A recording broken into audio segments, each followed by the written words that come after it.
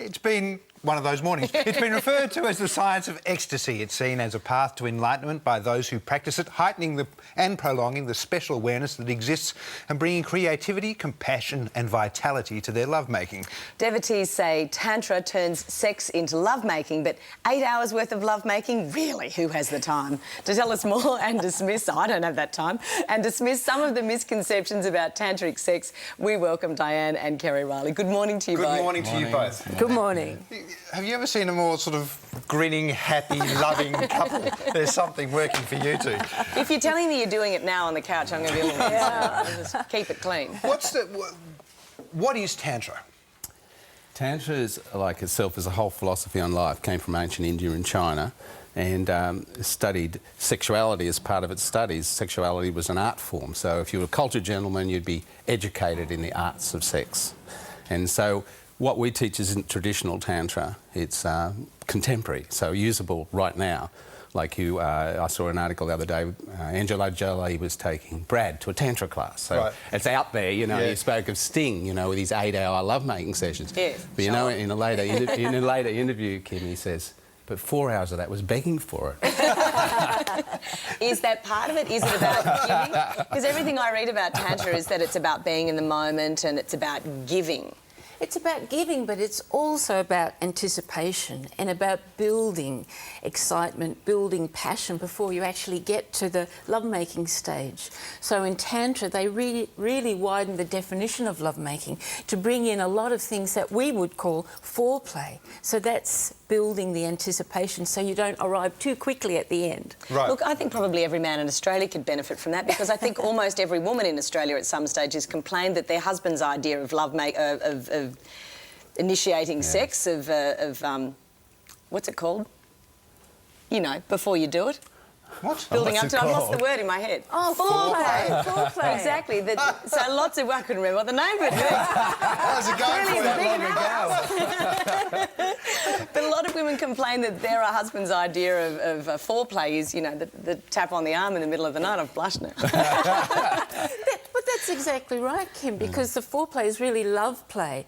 And to keep passion alive in relationship, couples really need to be conscious of keeping that spark happening and inventing different ways and widening their definition of what love is and what sexuality is and how to give their partner pleasure. So one of the things Kerry will often say to guys, give your woman more of what she wants, more than what you think she wants. Yeah. And that's a special key. I often say a little more of what she wants rather than a lot of what you think she wants. Yeah. But it's, look, my wife and I met with you two yesterday, and we sat down and we went through, I guess, the preliminary, the most basic introduction to That's right, to this. The foreplay to the foreplay. And the wonderful thing about it was that you take the time out with your partner or your lover. I mean, just starting at that point is a wonderful thing that we all sort of forget to do, don't we?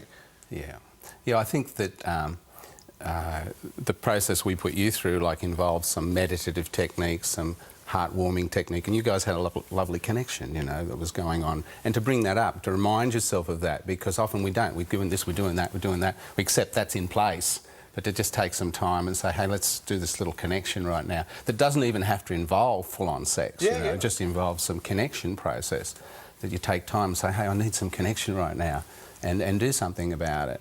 So I feel that the whole thing can then be brought back into sex. So if you take that time, then when you're making love, you know, so guys are making love, is a question about, are you performing to get a result, or are you making love?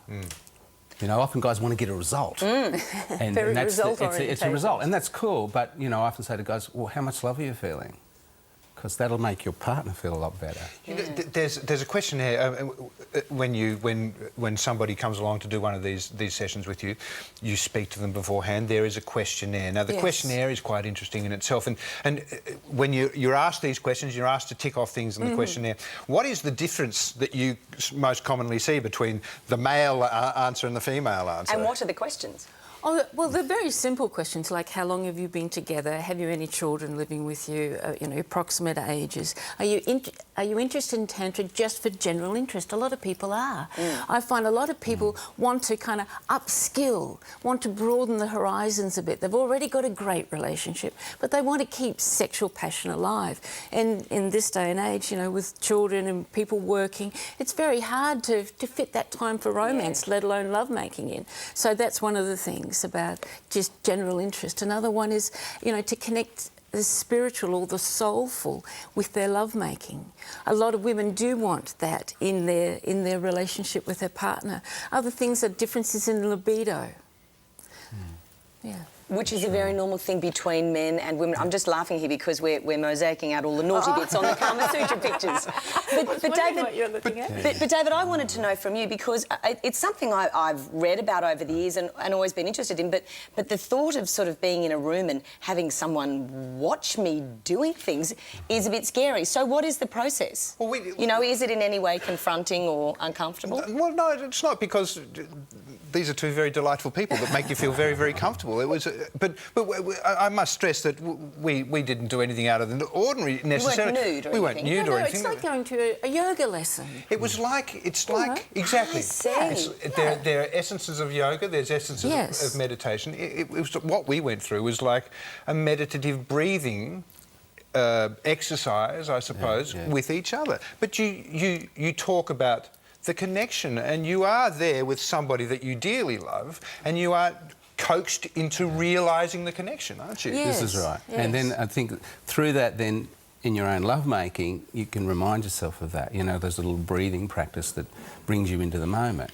There's many skills, you know, talk about being present and being in the moment, your mind not rushing ahead trying to get results like I was talking about. Yeah. And breathing is one of the skills that is used in meditation, in Tai Chi and martial arts, all of these things, and in Tantra. So we give you that idea. So then in a normal lovemaking situation where you're just doing your thing, you can sometimes just stop because your mind might be too focused or drifted or whatever you might be else. thinking of, you know, of the kids or what you've got to do tomorrow. You know how, because they often say there's 4 Doing a shopping list. That's right. Thinking Often of people English. will say, Wondering about the colour of the ceiling. I can't believe these things women think about.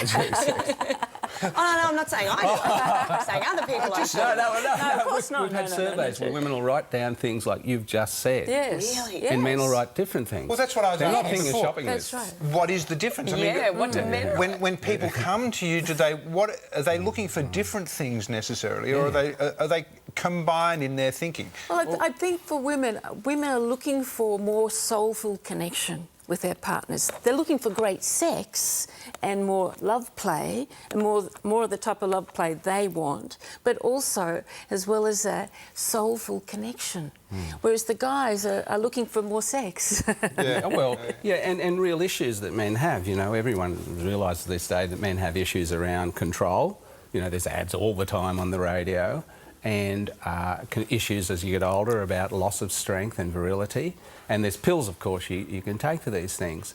But I say to some of these young guys on the phone, you know, you spray these things up to your nose, you don't want to be doing that for the rest of your life. No, There are very skills you can learn. techniques, yes. You know, like if you were never shown how to swim, it'd be difficult, you know. But you get a few strokes, a few breathing, you improve. And it's the same with Tantra. These skills were developed over hundreds of years to improve these things. So Sting was talking about lengthy lovemaking. I mean, I made the joke of what he said, but truly you can make love for long periods of time.